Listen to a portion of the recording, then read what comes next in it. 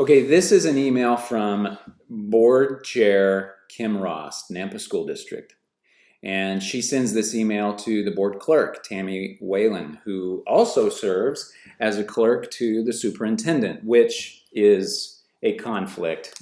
No man can serve two masters. So now you've got a clerk who's supposed to be looking out for the best interests of the board, who looks out for the best interests of the community, and she's on the payroll of the superintendent at the same time. This is why the board needs their own clerk.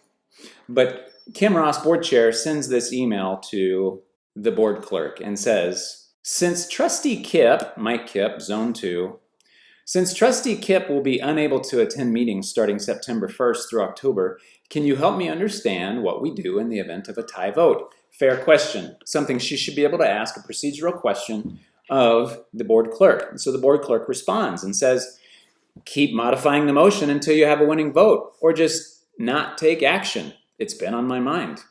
So this is when they're talking about, do we send kids back to school? Do we not? What do we do?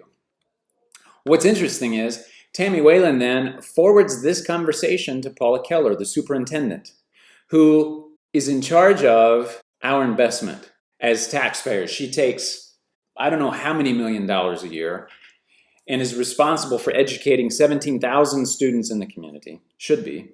Oh, and the board clerk says to Paula Keller, the superintendent, FYI. So then Paula Keller forwards that conversation to Mike Kipp, Zone 2 trustee, who needs to be recalled. The superintendent says to Mike, making me nervous. Is there no way you can attend the meetings, even part of them? And I think to myself, why do you care, Paula, unless you're sure he's going to be there to vote the way you want him to vote? Why are you getting involved in this? Mike Kipp responds to her and says, I'm sure I could work out something, but the timing would be a little sticky for me to do my job. I could be available from about 7:15 to 8 p.m. each night, and then after 9, would that be helpful?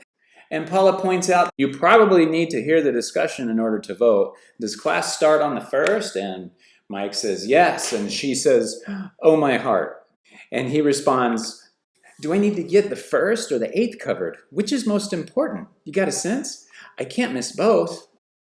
And she says, the 1st is when we will make the decision to continue online or not. Okay, so this was a conversation that happened when the school system, the board is trying to figure out, do we send kids back to school or not? The board should be setting policy for the superintendent. Instead, she wants to make sure he's going to be there to vote the way she wants things to be done. Now, you might say, well, what she's doing is best for the community. It's not her job to do what's best for the community. What her job is to do the job that the Board of Trustees, who represent the public, set out for her to do.